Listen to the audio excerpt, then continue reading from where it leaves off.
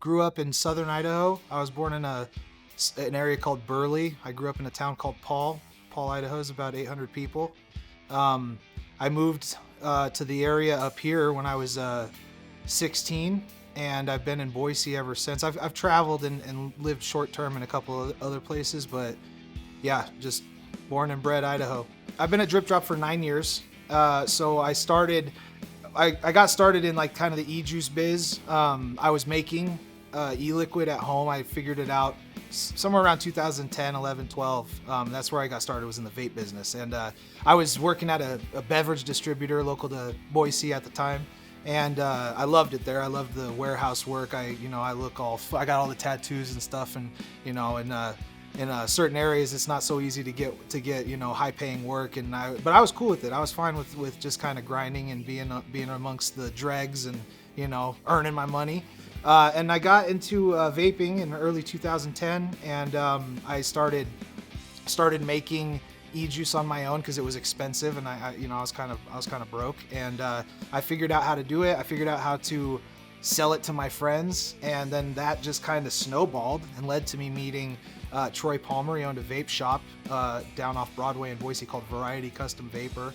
A friend of mine worked there, and I met him. He liked what I made. He offered me a check. He asked me how much I would charge him for my first order. I gave him a dollar amount. He wrote me a check and said, make it for me. And so I started making it, and that led me into meeting Doug, and this is end of 2014, and 2015 was when I got started. It was right when the company began. Just to be candid, I grew up with not necessarily the best influences, like by society standards, but these were lovely people. But I grew up in a kind of a counterculture type of family. I didn't graduate high school. I didn't go to college. I'm not traditionally educated, but I always had a drive to educate myself, and I was a sponge for knowledge.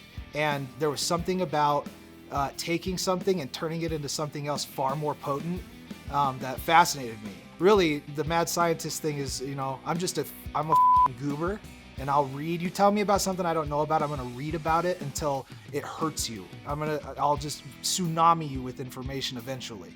I do it already, and if it's something I don't know, I'll get prepared and I'll come back and I'll hit you with a tidal wave of you don't care about. It was very painful and very intriguing just to not know if we were gonna make money, or if we were gonna. I kind of quit the regular workforce and just jumped into this small business, creating innovative consumables and all that stuff. I kind of jumped into it not knowing what was gonna happen, and just I was afraid of not setting myself up for later. But it was kind of like, they say, what's the saying? They say, fortune favors the brave, and I don't know if it's as profound as like being an astronaut or something like that, but I went into a very unstable thing and risked it along with these guys. So before, it was just kind of the being kind of on the edge of the unknown as far as success goes. But now I'm married, I have kids, I have a family, I have a wife, and everything I do now is for them. And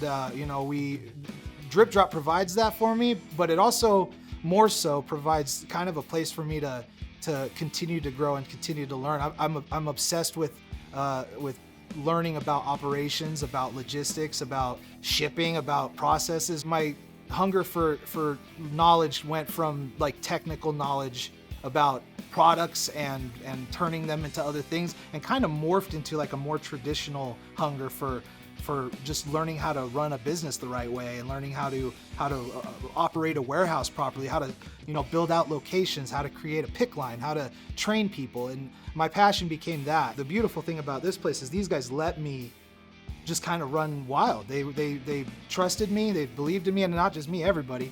And it's afforded me.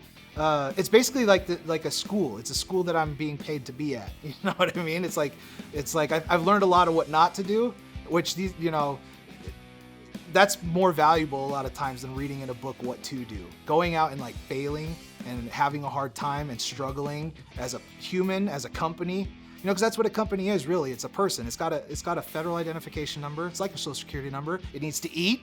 It needs to pay its bills.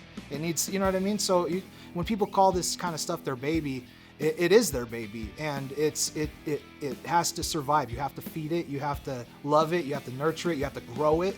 It does all the same things a human does, and when you look at it in those terms, it kind of makes you care about it on a much deeper, like, configurational level. It's beyond, oh, I just work at this place.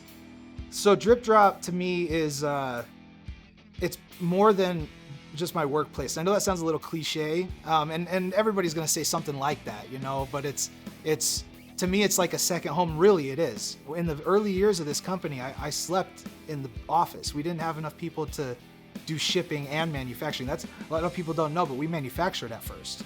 So we were an e-juice maker, and we self-distributed.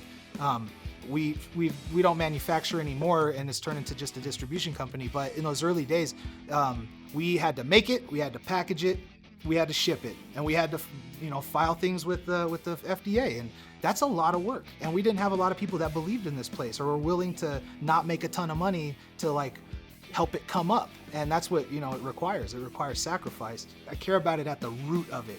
It's not just the place I go and work, and because my real job isn't here. My real job is at home. My job is raising children. This is what I do for a living.